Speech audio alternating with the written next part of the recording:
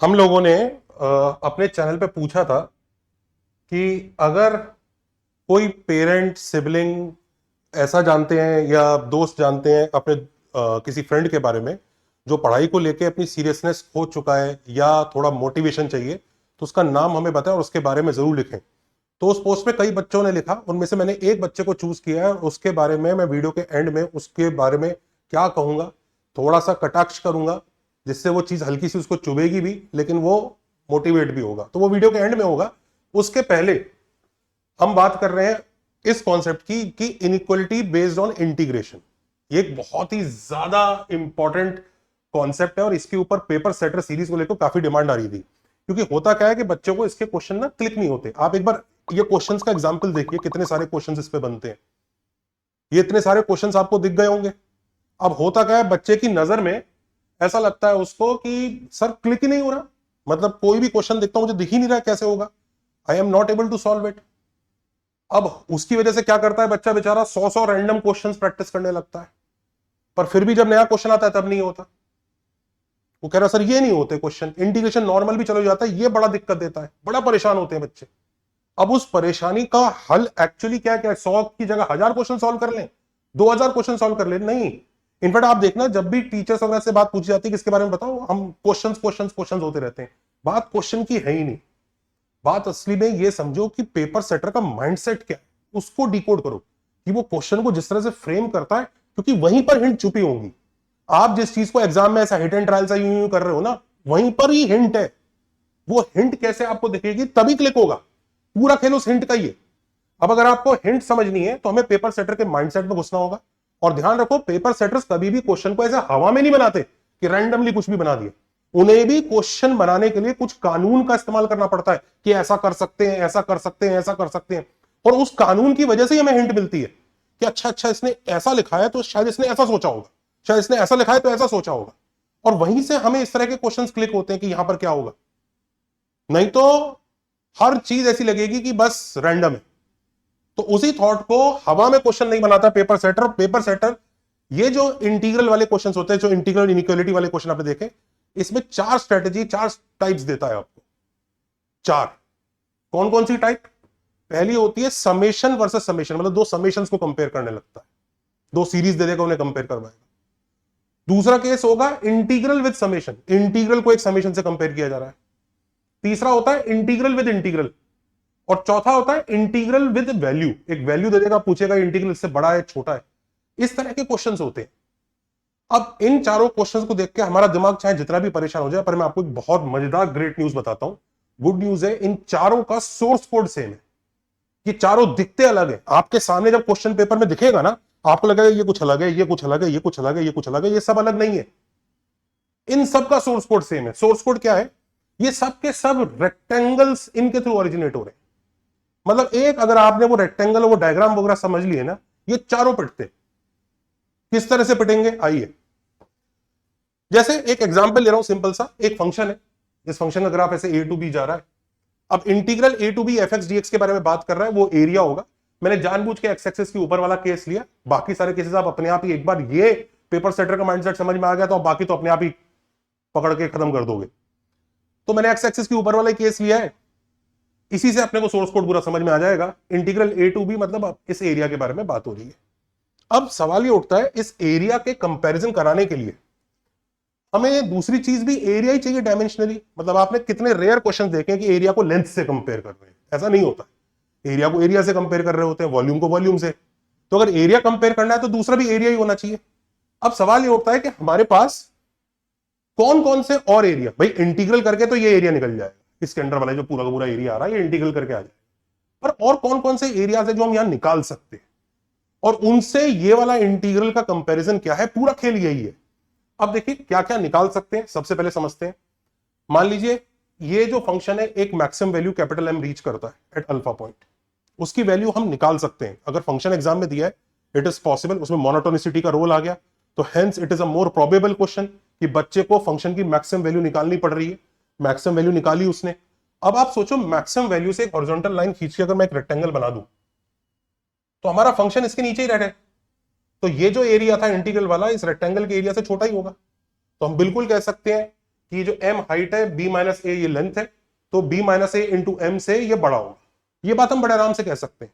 तो the first rectangle that we can calculate easily by this diagram is simply maximum की help से ऐसे line बना के वो एक रेक्टेंगल कंप्लीट कर लो। और बात मैक्सिमम क्यों, आप मिनिमम के लिए भी कर सकते हो। इसकी lowest value let's say small M आती है बीटा पॉइंट पे, तो उससे रेक्टेंगल बना लो। तो आप इस रेक्टेंगल से ये जो small M into B minus होगा, इससे इंटीग्रल बड़ा ही होगा। पूरा खेल यही है कि हमारे पास इंटीग्रल करके ये एरिया आता है। अब इस डायग्राम के कौन कौन से एरियाज ऐसे हैं जो हम बड़ी इजीली निकाल सकते हैं और उनसे हम कंपेयर कर जाएंगे। पूरा खेल यही है। और खाली सिर्फ इसका नहीं है, इनफैक्ट एक चीज सोचिए, वो रेक्टेंगल ही क्यों चूज कर रहा है, ये भी कई बच्चे सोच सकते होंगे। बहुत भाई नीचे एलिप्स घुसा दे, ट्रायंगल घुसा दे, रोम्बस घुसा दे, सही है। एलिप्स भी अगर उसने बना दिया तो कुछ सोचो, एलिप्स इस पीले वाले रेक्टेंगल से तो छोटा ही था ना, तो रेक्टेंगल वो सुपर सेट है। आपने पीले वाले रेक्टेंगल से बड़ा शो कर दिया इंटीग्रल को, तो इलिप्स से तो बड़ा हो ही गया। मतलब बड़े फूलिश से क्वेश्चन बनेंगे कि अपन प्रूव कर देंगे कि वो इंटीग्रल जो है 5 से बड़ा है, और क्वेश्चन इलिप्स का एरिया 3 आएगा। तो मतलब वो इस तरह के क्वेश्चन पूछता ही नहीं है। तो पूरा खेल वो रेक्टेंगल इन्हीं फिगर्स के आसपास घूमता है। दूसरी कोई और शेप नहीं देगा कि यहाँ पे एक ट्रायंगल बना के शेप दे दिया, वो नहीं करेगा। क्योंकि इस ट्रायंगल से क्या कंपेयर कराना, वो बड़े वाले रेक्टेंगल के अंदर ही बैठा है, उससे तो छोटा ही है। तो मेनली ये रेक्टेंगल्स के अराउंड ही घूमता है मामला। अब देखो कैसे घूमेगा। सो अब जो रेक्टेंगल बनाने के तरीके हैं, पूरा खेल इसमें रेक्टेंगल्स बनाने का है। और वो जो रेक्टेंगल स्ट्रिक्टली वो 90 डिग्री वाला नहीं बोल रहे हैं, अब देखिएगा उसमें भी हल्का सा चेंज आएगा।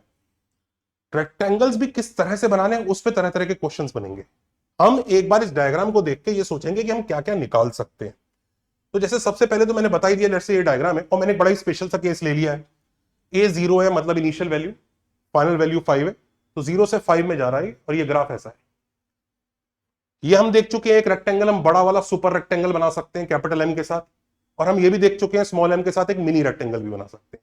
मिनी रेक्टेंगल और सुपर रेक्टेंगल से हम कंपैरिजन समझ चुके हैं। नेक्स्ट जो रेक्टेंगल होता है बच्चों, वो होती है इंटीजर कटिंग। वो इंटीजर्स पे ऐसे कट करता है, 0 1 2 3 4 5।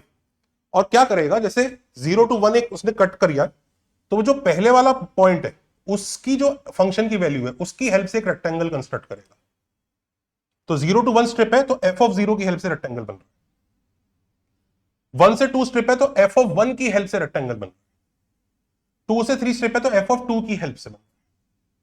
अब तुम समझ रहे हो, ये जो सारे रेक्टेंगल्स हैं इनका एरिया भी बड़े आराम से निकाल सकते हैं हम।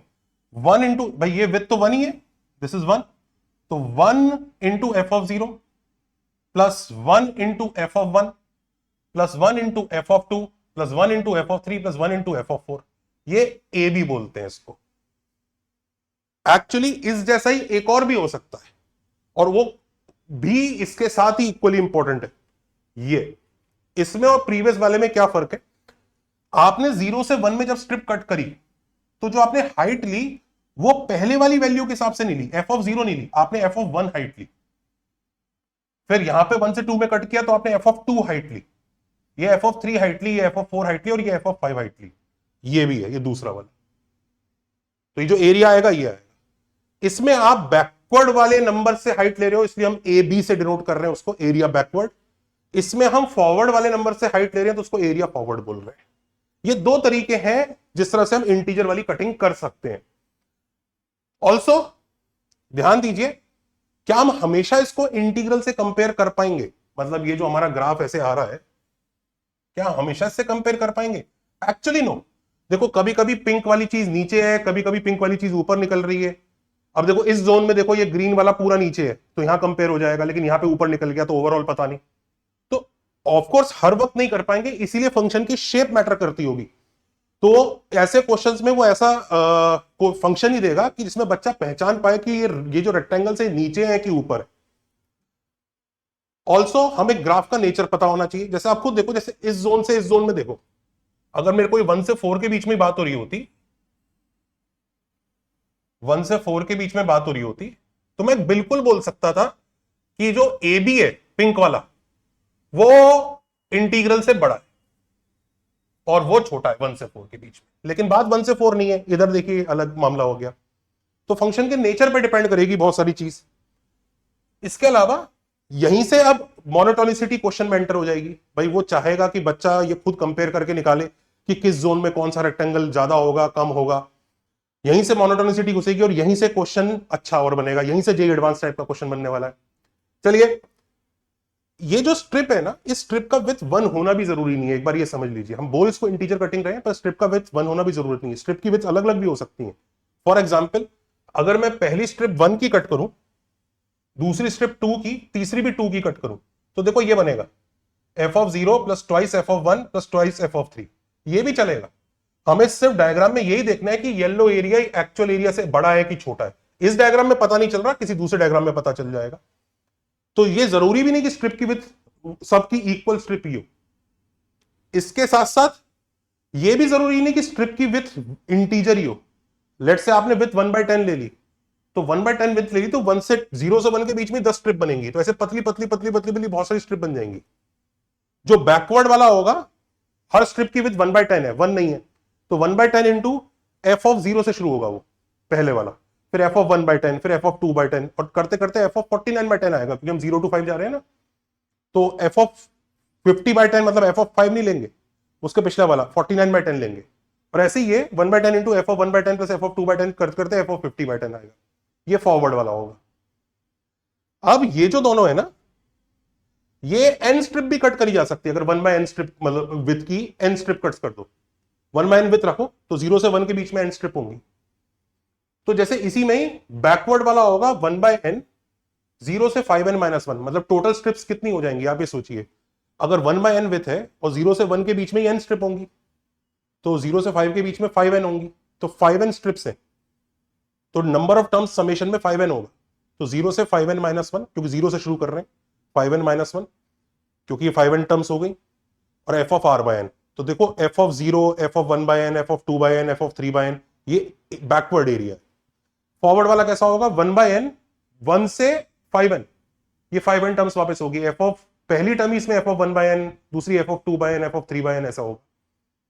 ये बैकवर्ड, ये फॉरवर्ड।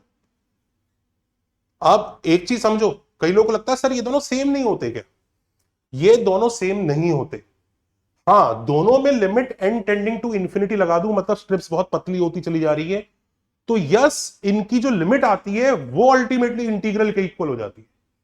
तो कोई ये ना सोचे कि ये दोनों इक्वल है, क्या फर्क पड़ रहा है? इन दोनों में फर्क है। हाँ, लिमिट लेने के बाद ultimately area under the curve देते, हम लिमिट के पहले ही बात कर रहे हैं। लिमिट लेने के बाद तो दोनों के दोनों इसी के इक्वल बन जाएंगे, 0 to 5 इंटीग्रल के। हम लिमिट के पहले की बात कर रहे हैं। खैर, आगे चलते हैं। टाइप्स ऑफ रेक्टेंगल में जो नेक्स्ट चीज आती है वो आती है ट्रेपीजियम कटिंग। आप कहेंगे सर रेक्टेंगल के अंदर ट्रेपीजियम कैसे आ गया? समझो जरा बात को। कोई जरूरी नहीं उसको रेक्टेंगल ही कट करना है। यहाँ पे वो इस पॉइंट से इस पॉइंट को ज्वाइन कर सकता है, ऐसे ट्रेपीजियम बना सकता है।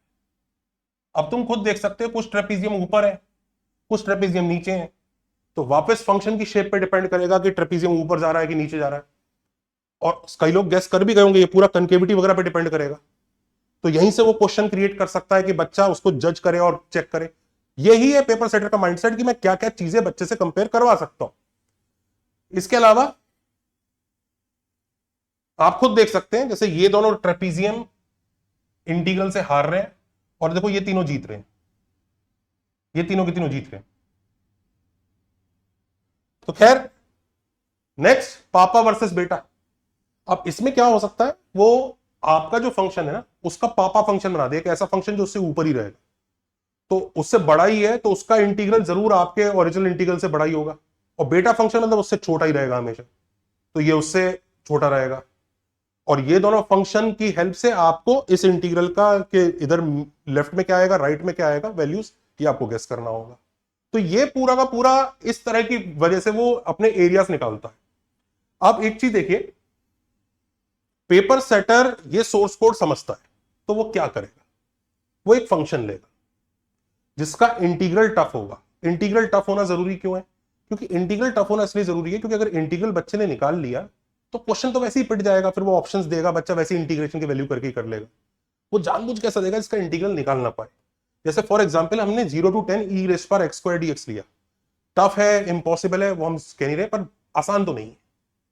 अब इसके लिए हम कुछ क्वेश्चन बनाते हैं लाइक अ पेपर सेटर, कि पेपर सेटर किस तरह से इसके क्वेश्चन क्रिएट करेगा। वो कहेगा यार इस इंटीग्रल के बारे में बच्चे से बात करवाता हूं। अब इस इंटीग्रल के बारे में पेपर सेटर को पता है कि ये 0 to 1 से 10 टू ई रेस पर 100 तक जा रहा है, ऐसा है।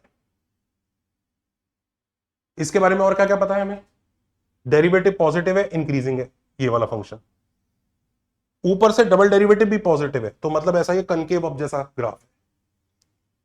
अब देखो क्या क्या क्वेश्चन बनाए जा सकते हैं। पहला ये, अब सोचिए ये कैसे बनाया होगा उसने। तो आपको दिख रहा है 10 का मल्टीप्लीकेशन हो रहा है, इसका मतलब उसने पूरी लेंथ को मल्टीप्लाई किया 10, यानी ये पूरी विड्थ को मल्टीप्लाई किया है, पूरी विड्थ को मल्टीप्लाई करके किसी चीज को बड़ा बोल रहा है। ई रेस पर 100 ये वाली हाइट है, तो इसका मतलब जरूर उसने हाईएस्ट वैल्यू लेके ये रेक्टेंगल कवर किया है, और ये बोल रहा है कि ये जो आएगा ये हमारे इंटीग्रल से बड़ा आएगा। Yes, this is true. हम ये कैसे गैस कर पाए? क्योंकि हम वही ढूंढ रहे हैं कि भाई जो चीज दूसरी साइड है वो कौन सा रेक्टेंगल है, कौन सा ट्रेपीजियम है, कौन सा फंक्शन है। This is what we are trying to find. क्योंकि हमें पता है वो उसके ऑप्शंस यही है, या तो रेक्टेंगल देगा, या ट्रेपीजियम देगा, या एक फंक्शन देगा, यही है उसके ऑप्शन। उसके पास और ऑप्शन नहीं है, और उसको वहां ग्राफ में दिखने हैं। अगर उसको दिख रहे हैं तो हमें भी दिखेंगे, तो हम ऑप्शन देख के तुरंत देख सकते हैं कि अच्छा ये 10 इंटू दिस है ई की पावर 100, अच्छा तो ये समझ गए किसके बारे में बात हो रही है। दूसरा देखिएगा, ये कैसे हुआ होगा? वापस 10 है, वापस 10 है, तो 10 इंटू 1, तो उसका मतलब उसने लोएस्ट हाइट से, और ऊपर से छोटा चाहिए ना, तो वो नीचे वाला रेक्टेंगल उसने इस्तेमाल किया। जब आपको पता होता है ना आप क्या ढूंढ रहे हैं, तो चीज बड़ी जल्दी मिलती है। जब पता नहीं होता ना, हम इसको ऐसे भी कर सकते हैं, yes we know that this is minimum, और उसमें हमने रेक्टेंगल बना लिया, ये कर लिया, दिस इज, ये कर सकते हैं। भाई कर तो सब कुछ सकते हैं, एग्जाम में कैसे कर सकते हैं? एग्जाम में क्लिक होने के लिए हमें उस क्वेश्चन की साइकोलॉजी में घुसना पड़ेगा। चलो जी आगे, तीसरा वाला देखो, ये देखो, ई रेस पर आर माइनस वन होल का whole square, R equal to 1 to 10 summation किया जा रहा है। अब ये क्या चीज है यार? ये ई की पावर 0 का स्क्वायर प्लस ई की पावर 1 का स्क्वायर प्लस ई की पावर 2 का स्क्वायर से लेकर ई की पावर 9 का स्क्वायर होगा। ई की पावर 0 का स्क्वायर, तो कितने लोगों को दिख रहा है? ये कुछ नहीं है, ये बैकवर्ड वाला अपना वो है, ये वाले रेक्टेंगल्स कट किए जा रहे हैं, और कुछ नहीं। ये रेक्टेंगल्स है बैकवर्ड वाले, और हमारे फंक्शन के ग्राफ के हिसाब से बैकवर्ड वाला अपने आप ही पिट जाएगा। ये देखो, बेवकूफ बनाने के लिए उसने 1 से 10 दिया, क्योंकि बच्चा ऐसे तो पहचान जाता, ऐसे तो पहचान जाता, ऐसे तो पहचान जाता। उसने 1 to 10 दिया, पर यहां R-1 दे दिया, तो हम समझ जाएंगे अच्छा यही है, ये बैकवर्ड वाला ही है। तो ये बैकवर्ड वाला एरिया है, लिमिट नहीं लगी हुई है, लिमिट होती तो इक्वली हो जाता उसके, तो इसलिए पिटेगा। हम खुद देख सकते हैं वो सब रेक्टेंगल्स नीचे नीचे नीचे जाएंगे। और वहीं पे अगर ये, तो देखो फॉरवर्ड वाला एरिया कभी बन सकता है, वो देखो ई रेस पर आर स्क्वायर, वो 1 to 10, यस क्लियरली दिख रहा है ये होगा, बिल्कुल बोल सकते हैं। ये कौन से हैं ये बता क्या है? ये 1 पे बनेगा, ये ऊपर बन रहे हैं,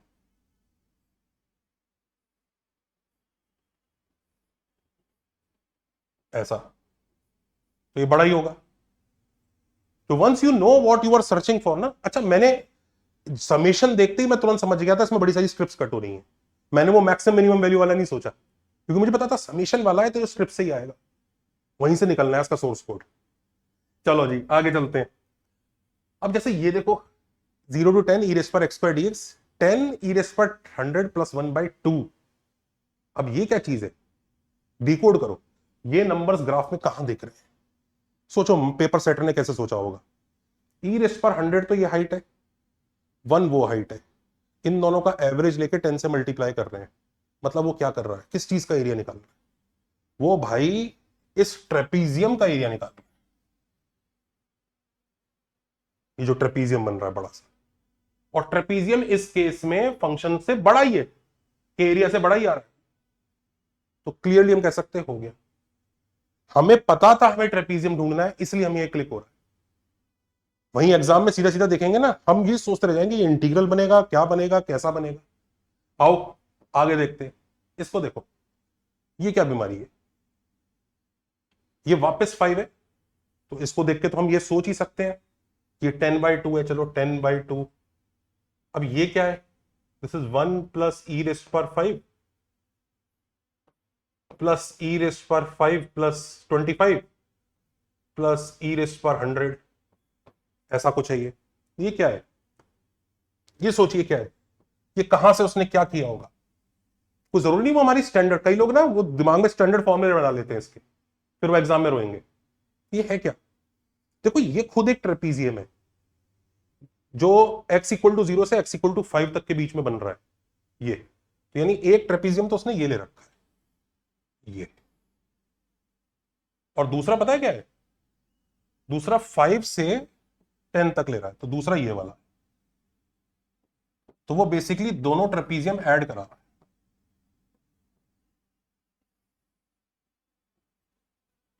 क्या दोनों ट्रेपीजियम ऐड होके इंटीग्रल से बड़े होंगे?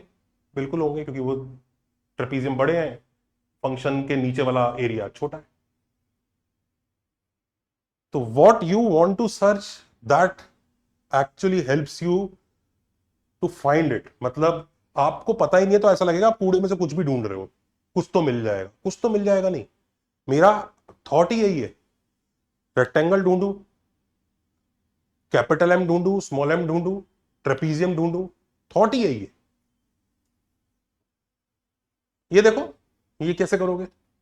0 से 1 है, अब इधर ध्यान देना, इंटीग्रल उसने 0 से 1 किया, तो ई रेज़ पर एक्स स्क्वायर dx को e-1 से छोटा करना है।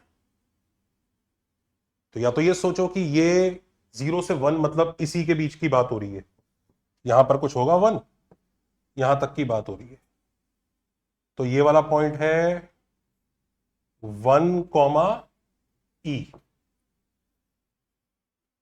e-1 की बात हो रही है, e-1। अगर 1 से मैं रेक्टेंगल भी बना, देखो बड़ा चाहिए, तो अगर मैं बड़ा रेक्टेंगल भी बनाऊं तो e×1 हो जाएगा, अगर मैं बड़ा रेक्टेंगल भी बनाता हूं, देखो ऐसे, क्योंकि हम इसी के बारे में बात कर रहे हैं, 0 to 1 है ना, तो ये e×1 हो गया, तो e से छोटा आ गया, पर उसने e-1 का है, तो ये वाला चीज हमारा फेल हुआ। तो हमें कुछ ऐसा करके e-1 लाना है। यहाँ रेक्टेंगल तो वर्क नहीं कर रहा, ट्रेपीजियम सोचो, ट्रेपीजियम ऐसा दिखेगा, e+1/2, ये ट्रेपीजियम है, e+1/2 से छोटा है। अब अगर e+1/2 e-1 से भी छोटा हो गया तो मजा आ गया, चेक कर लो, 2.7 + 1/2 इज अप्रोक्सीमेटली 3.7/2, 1.85 के आसपास का है। e-1 1.7 है, अगर ये इससे छोटा आ गया होता तो ये भी जीत गया होता, बात हो गई थी ना। अब सोचो कैसे आएगा, तो हमने क्या क्या ट्राई करके देख लिया, हमने रेक्टेंगल ट्राई करके देख लिया, फेल, मैक्सिमम वैल्यू से ट्राई करके देख लिया, फेल, हमने ट्रेपीजियम ट्राई करके देख लिया, फेल। अब बाप बेटा फंक्शन ट्राई करो, हमें बड़ा प्रूव करना है, बड़ा, तो पापा फंक्शन ढूंढना पड़ेगा, ऐसा फंक्शन जो इसके हमेशा ऊंचा हो, और ध्यान रखो इंटीग्रेट हो जाए, तभी वैल्यू आएगी।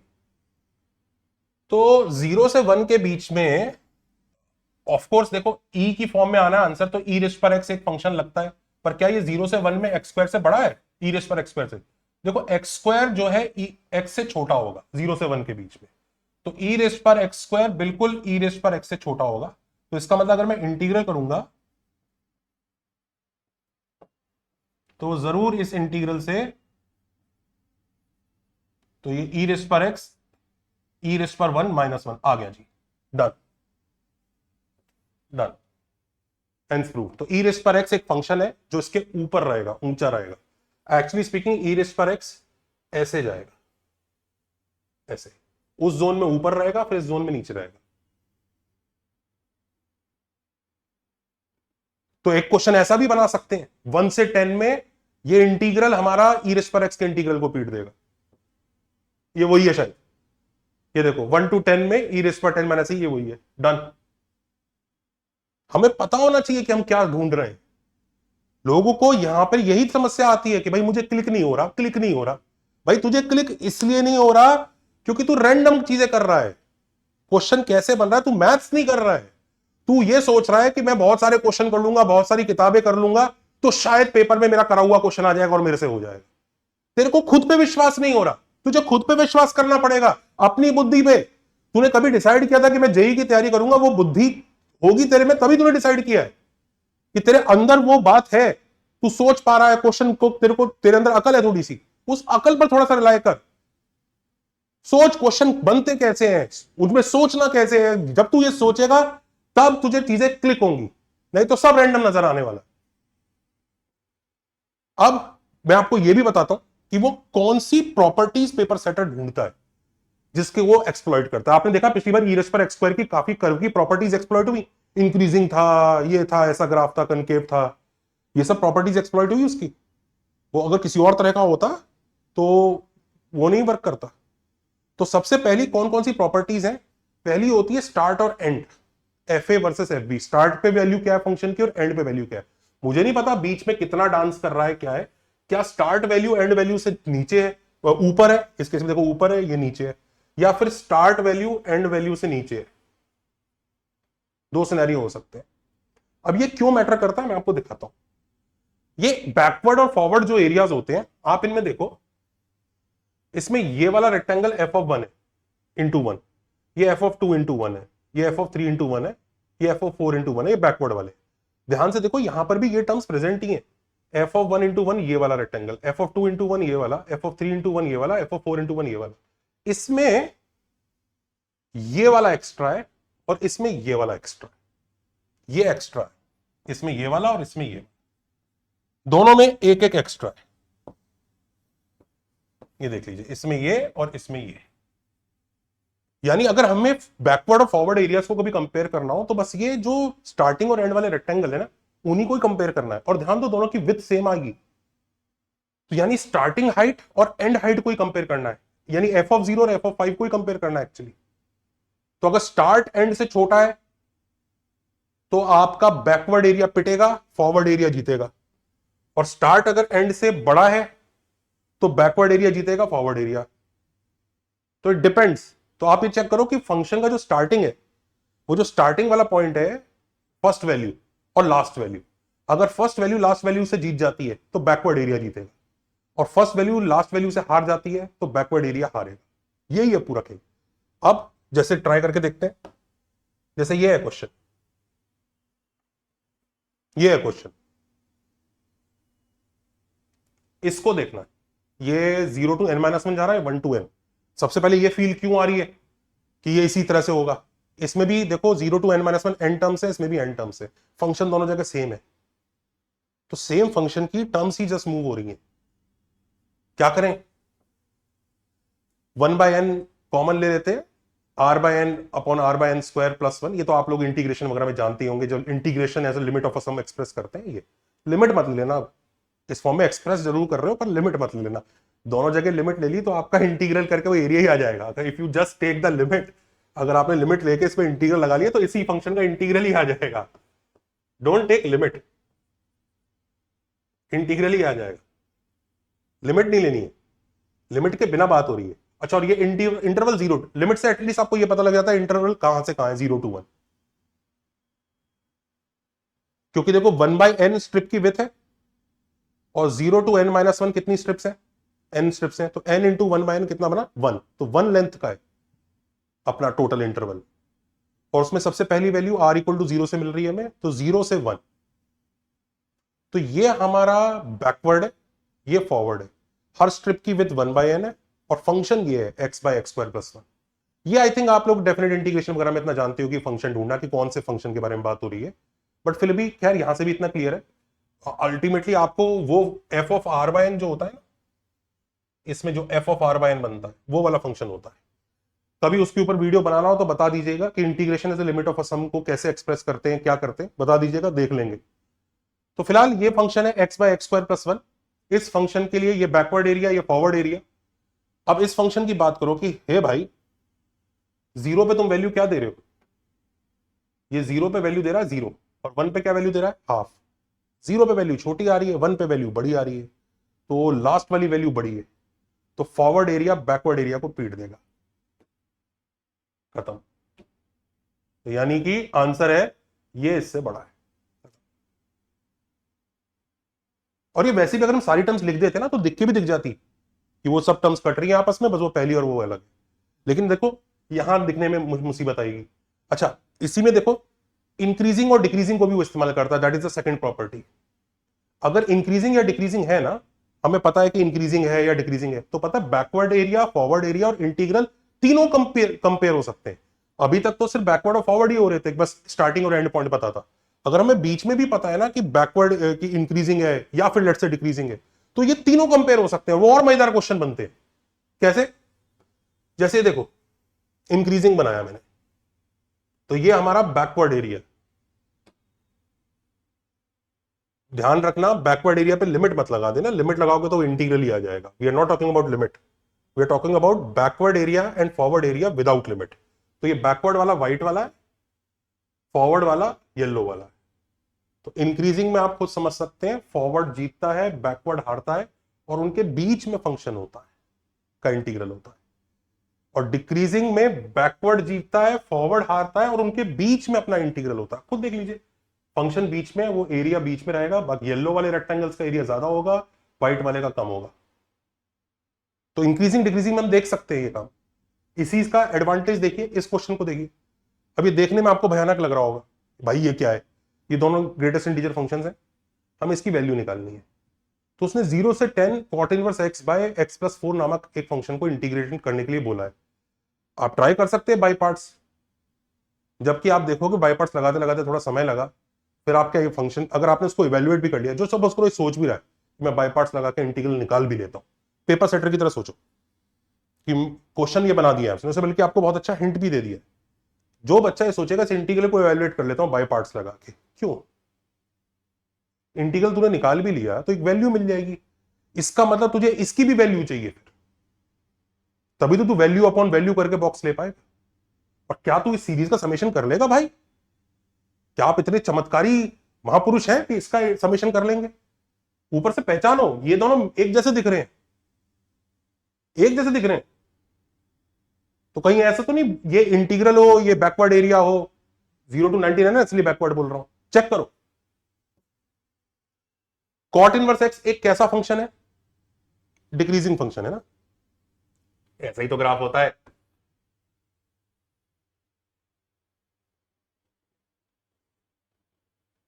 तो न्यूमरेटर डिक्रीजिंग है, डिनोमिनेटर एक्स प्लस 4 इंक्रीजिंग है, डिनोमिनेटर बढ़ रहा है, न्यूमरेटर गिर रहा है, जैसे जैसे एक्स आगे जा रहा है, तो ये ओवरऑल एक डिक्रीजिंग फंक्शन है।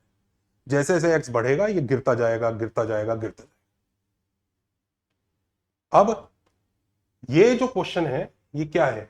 ये तो इंटीग्रल है, ये बैकवर्ड एरिया,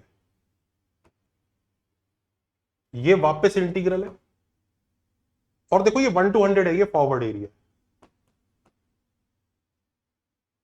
और फंक्शन हमारा डिक्रीजिंग है। अब अगर डिक्रीजिंग फंक्शन है तो वी नो फॉरवर्ड एरिया पिटेगा, बैकवर्ड एरिया जीतेगा, और उनके बीच में इंटीग्रल होगा। डिवाइड करो, यानी A F upon I less than 1 हो गया, और पॉजिटिव रहेगा, फंक्शंस पॉजिटिव है, इंटीग्रल पॉजिटिव है, हर टर्म पॉजिटिव है। 1 से छोटा नंबर है और पॉजिटिव है, उसका बॉक्स लेंगे तो कितना आंसर आएगा? 0। सिमिलरली आई अपॉन ए भी निकालोगे, ये इससे बड़ा है, ये भी 1 से छोटा आएगा, आई अपॉन ए भी, बॉक्स लोगे तो आंसर कितना आएगा? 0। फाइनल आंसर कितना आएगा हमारा? दोनों को 0 0 ऐड करके 0 आंसर। तो ये क्वेश्चन देखने में जरूर भयानक लग रहा है नहीं? तो हम क्यों सोच पा रहे हैं? क्योंकि 0 to 99, 1 to 100 हमें पता है, अगर एग्जामिनर 0, 99, 100 में खेल रहा है तो वो बैकवर्ड और फॉरवर्ड एरिया में खेल रहा है। अगर वो इंटीग्रल के नीचे समेशन दे रहा है इसका, और फंक्शन सेम रख रहा है, इसका मतलब उसने जरूर यहां पर वो इंक्रीजिंग डिक्रीजिंग वाली चीज करवाई होगी, जरूर करवाई। पूरा खेल, पूरी थॉट यही है और कुछ नहीं है। चलिए और देखिए, कनकेविटी को भी बच्चों को इस्तेमाल कर सकता है। कनकेव अप, अगर फंक्शन लेट से कनकेव अप है, तो कनकेव अप की पता है क्या खासियत होती है? ट्रेपीजियम उसके ऊपर बनते हैं, तो ट्रेपीजियम कनकेव अप को पीट देते हैं एरिया में। और अगर कनकेव डाउन होता होगा ना, चाहे इंक्रीजिंग हो चाहे डिक्रीजिंग में भी देखो, अगर डिक्रीजिंग फंक्शन है, कनकेव डाउन है, तो भी ट्रेपीजियम पिट जाएंगे, ट्रेपीजियम नीचे रहेंगे। डिक्रीजिंग फंक्शन हो पर कनकेव अप हो, जैसे डिक्रीजिंग फंक्शन है, कनकेव अप है, डिक्रीजिंग है पर कनकेव अप, इसमें कनकेव अप जानते हैं क्या होता है? Double derivative positive. ठीक है, आपके लिए भी इतना ही। कनकेव डाउन क्या होता है? Double derivative negative. ठीक है, तो ये जो है, अब इसमें भी देखो जब आप ट्रेपीजियम बनाओगे तो ट्रेपीजियम फंक्शन के ऊपर निकल जाएगा। तो अगर कनकेविटी से खिलवाना है तो हम ट्रेपीजियम्स भी ला सकते हैं। तो अगर कोई ऐसा फंक्शन है इसकी कनकेविटी पहचानी जा सकती है और क्वेश्चन में इंटीग्रल्स आ रहे हैं इनइक्वालिटी के साथ, और आपको पता है मैं इसकी कनकेविटी चेक कर लूंगा, तो ध्यान रखना कोई ना कोई ऑप्शन उस तरह का हो सकता है। आइए जरा देखते हैं। जैसे ई रेस्ट पर एक्स स्क्वायर प्लस ई रेस्ट पर माइनस एक्स स्क्वायर है, 0 से 1 के बीच में बात हो रही है। ये फंक्शन जब पेपर सेटर ने दिया है तो उसको पता है इंक्रीजिंग फंक्शन है। मैंने जानबूझ के पिछले वाले से मिलता जुलता फंक्शन लिया ताकि वीडियो का टाइम वेस्ट ना हो, आप चीजें समझ जाए। तो एफ डैश एक्स निकाला, ग्रेटर देन 0 आ गया, इंक्रीजिंग है। एफ डबल डैश एक्स निकाला, वो भी पॉजिटिव आ गया। आप अपने आप देख लेना, इतने समझदार हो। तो बस उसको पता है भाई ये तो इंक्रीजिंग भी है, कनकेव अब भी है, बनाओ क्वेश्चन। अब सोचो उसकी बुद्धि के हिसाब से अपन क्वेश्चन बनाएंगे। हम पहले से गैस करेंगे वो क्या देने वाला है इस फंक्शन के लिए, गैस करेंगे। लेट, और सुनो, हम मल्टीपल टाइप क्वेश्चन बनाएंगे, मल्टीपल आंसर, क्योंकि ऐसे तो क्वेश्चन आते हैं। तो जैसे consider integral I is this, then which of the following options are correct, let us create it. चलो हम बनाते मल्टीपल टाइप। ये हमारा रफ वर्क है, क्योंकि ग्राफ को देख के ही बना पाएंगे हम लोग। तो ये ग्राफ है हमारे, ये 0 to 2 है, 0,2 है, x इक्वल टू 0 पे इसकी वैल्यू 2 आती है और x इक्वल टू 1 पे वैल्यू e प्लस 1 बाई आती है। तो ये जो फंक्शन की वैल्यूज है हमें पता है, हमें ग्राफ पता है, हमें ग्राफ की शेप पता है। अब पेपर सेटर का ये रफ वर्क है। पेपर सेटर इसको देखते हुए हमारे सामने ऑप्शंस फेंकेगा, और क्या क्या फेंक सकता है, लेट अस प्रिडिक्ट इट। ये क्यों फेंक सकता है वो सोचो। 2 और e प्लस 1 बाई के बीच में आई क्यों फंसेगा? 2 कहां से आएगा? 2 किधर है इस डायग्राम में? वहां है। तो क्या ये जो रेक्टेंगल अगर मैं बना दूं नीचे वाला मिनिमम वाला, उसका एरिया 2 है? हाँ, तो आई उसको पीट देगा। और e प्लस 1 बाई इंटू 1 ये ऊपर वाला रेक्टेंगल बना दूं मैक्सिमम वाला, तो बिल्कुल उसको पीटेगा। तो बस खत्म, इससे पिटेगा और इसको पीटेगा, हो गया खत्म। When you know what you are trying to search, you will find it. इसके अलावा ये देखो, ये कहां से आएगा? e plus 1 by e plus 2 is greater than 2e। ये e प्लस 1 बाई और 2 ऐड क्यों हो रहे हैं? कहां, कौन सी चीजें हैं e प्लस 1 बाई और 2 जो ऐड हो रही है यहां पे? पहचानो, ये साइड्स हैं। साइड्स क्यों ऐड करी जा रही होंगी? कहीं ट्रेपीजियम तो नहीं हो रहा? तो अगर मैं ये ट्रेपीजियम निकालूं, e plus 1 by plus 2 by 2 into 1, अच्छा तो इसलिए ये 2 यहां से इधर आ रहा है। तो ट्रेपीजियम इंटीग्रल से बड़ा है, बिल्कुल बड़ा है, ये भी सच है। तो ये भी हमने प्रेडिक्ट कर पा रहे हैं। तीसरा, ये तो मुझे कहने की जरूरत ही नहीं है, 0 to 99 क्या है ये? क्या है ये? Backward area. बैकवर्ड एरिया पिटेगा कि नहीं पिटेगा? हाँ जी हाँ, स्टार्टिंग वैल्यू एंड वैल्यू से छोटी है, बैकवर्ड एरिया पक्का इंटीग्रल से।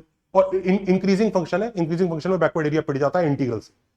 अगर इंक्रीजिंग डिक्रीजिंग नहीं पता, बस ये पता है स्टार्टिंग वैल्यू एंड वैल्यू से छोटी है, तो बैकवर्ड एरिया फॉरवर्ड एरिया से पिटेगा। लेकिन इंटीग्रल से भी पिटेगा, इसकी गारंटी तब मिलती है जब इंक्रीजिंग फंक्शन होता है।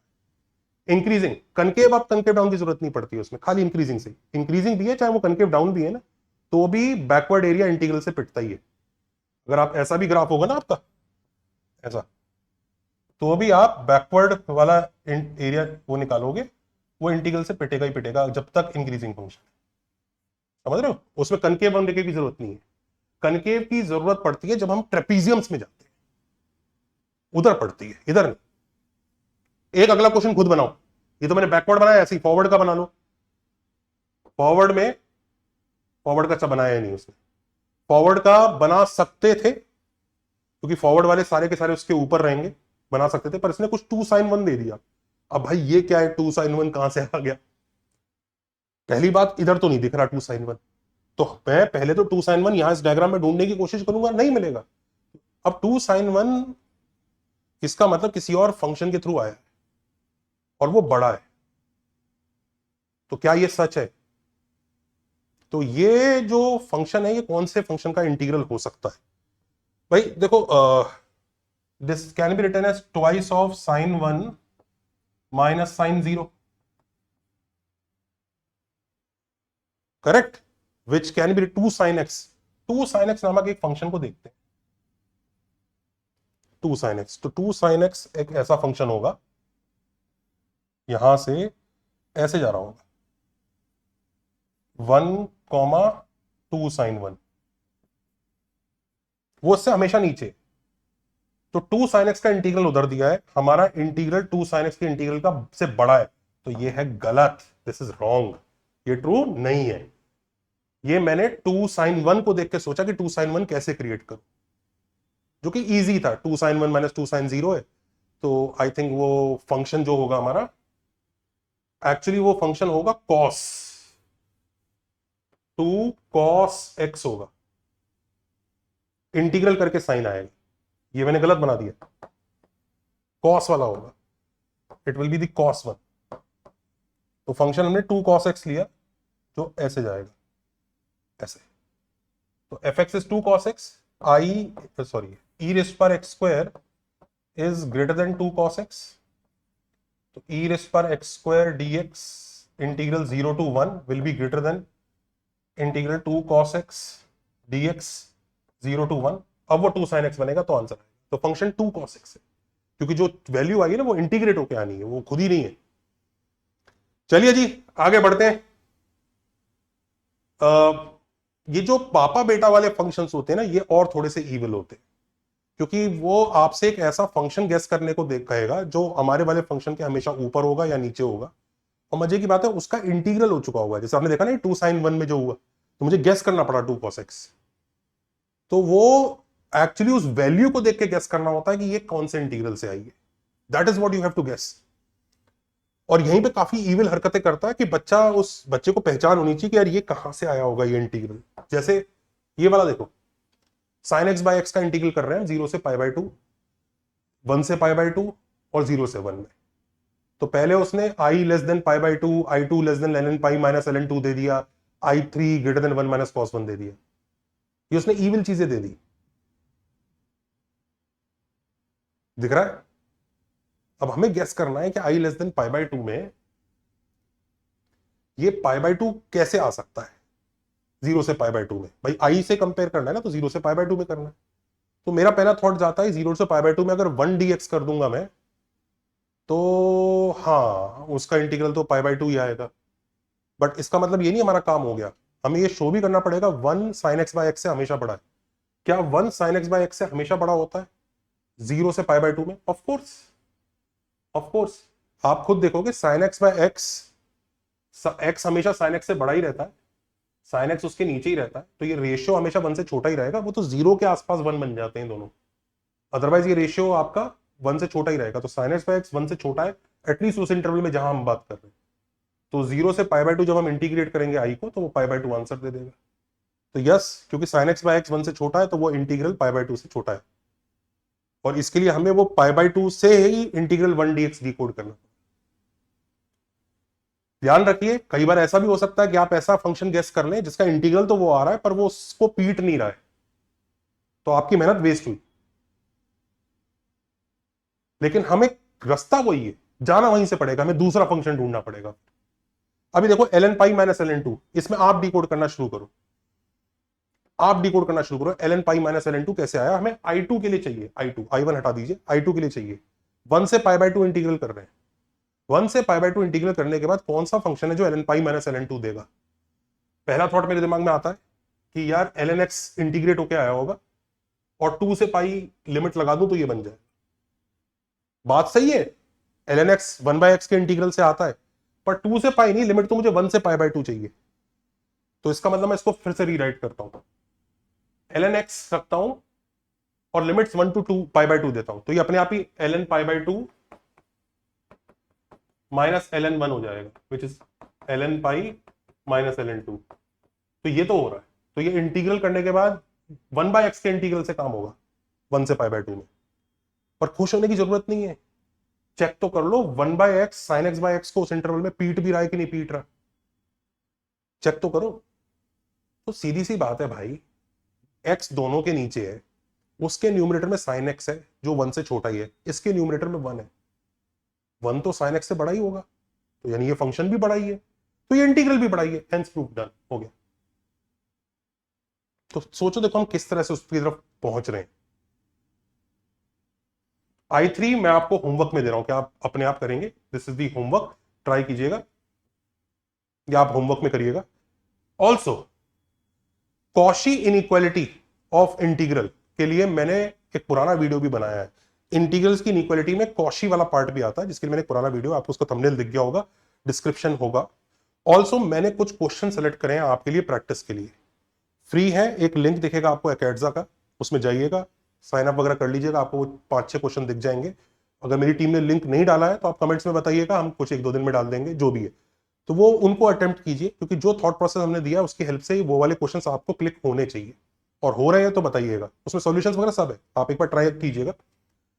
इसके साथ साथ बिफोर हम उस बच्चे की तरफ जाते हैं जिसका नाम सार्थक है, एक बार इस वीडियो को लाइक, शेयर और कमेंट कीजिए, हमारे कोर्सेज को चेकआउट कीजिए। हम हर चीज को तबीयत से दिल लगा के डिटेल में पढ़ाते हैं।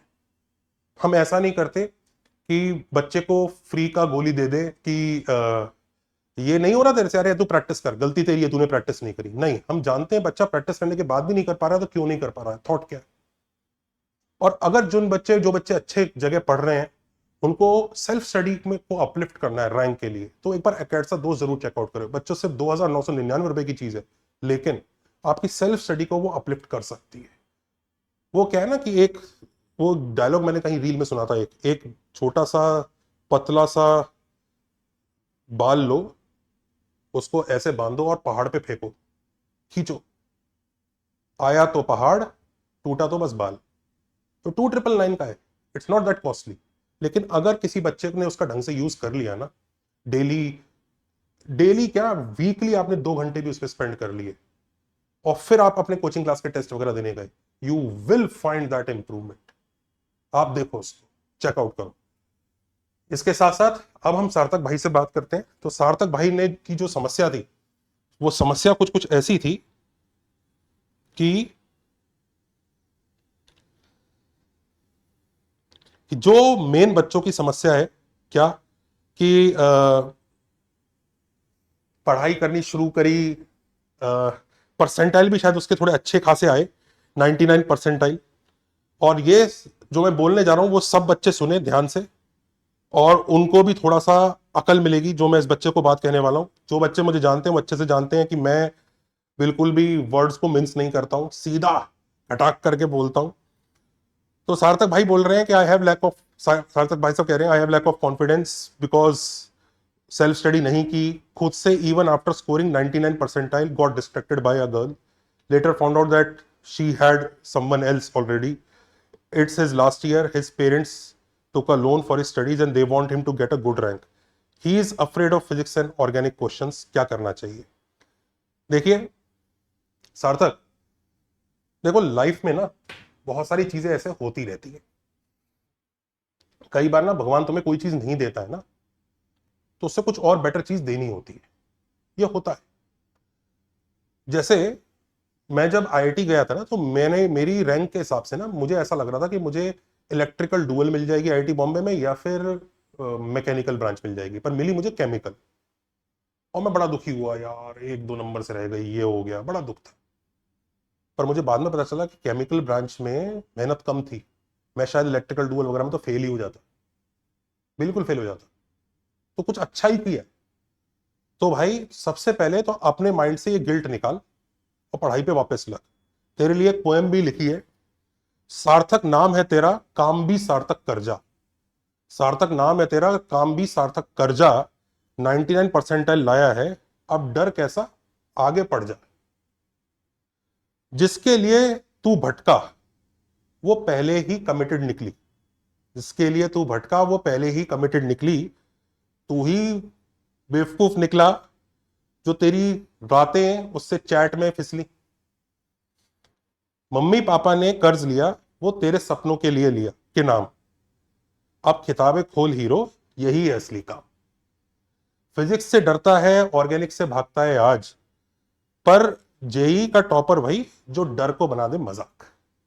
इसलिए सुन सार्थक, अब आखिरी साल है बाकी, पढ़ ले वरना डीजे पे नाचेगा यही बोलकर झांकी उसकी शादी में कि मेरे यार की शादी है, मेरे यार की शादी है। उसका बॉयफ्रेंड आईआईटी गया और मैं चैट करता रह गया। तो मैंने थोड़ा सा तुझे पिंच करने वाली बातें भी जानबूझ के कही, पर वो इसलिए कही है कि भाई सबसे ज्यादा ना इंसान पुरानी बातों को लेकर दुखी होता रहता है। अरे हो गया, चिल, तू पहला इंसान नहीं है जिसने गड़बड़ी करी है। हर साल करते हैं, मैंने भी करी थी अपनी लाइफ में, सब करते हैं। अब बस वापस बैठ जा, कुछ टेस्ट पेपर्स वगैरह सॉल्व कर, जो चीजें इजी लग रही है वहीं से फाड़। ऑर्गेनिक और जो उसमें दिक्कत आ रही है ना, उसके वो वाले क्वेश्चंस पहले करने शुरू कर जो लो हैंगिंग फ्रूट्स हैं, जो इजी हैं। इजी क्वेश्चंस तू पहले करने शुरू करेगा, तेरा काम शुरू हो जाएगा। इजी शुरू कर पहले। जो देख, जो चीज अच्छी आती है उसको थोड़े दिन रोक, जो चीज नहीं आती है उसके इजी क्वेश्चंस की प्रैक्टिस कर, और इतना गिल्ट मत रख। अगर 99 आए हैं तो इसका मतलब तूने कुछ तो मेहनत की है। और मान लीजिए पेपर खराब भी हो जाए तो भी कोई टेंशन नहीं है, तेरी नॉलेज सही होनी चाहिए। आईआईटी कोई ऐसा नहीं कि आईआईटी जाएंगे तो ही कुछ होगा। असली में you should be good with logic, and if you are good with logic, success will come to you. Don't worry, relax कर मेंटली, मेहनत वाइज रिलैक्स मत कर, मेंटली रिलैक्स कर, टेक केयर। एंड बच्चों वीडियो को लाइक शेयर सब्सक्राइब कर देना। Bye.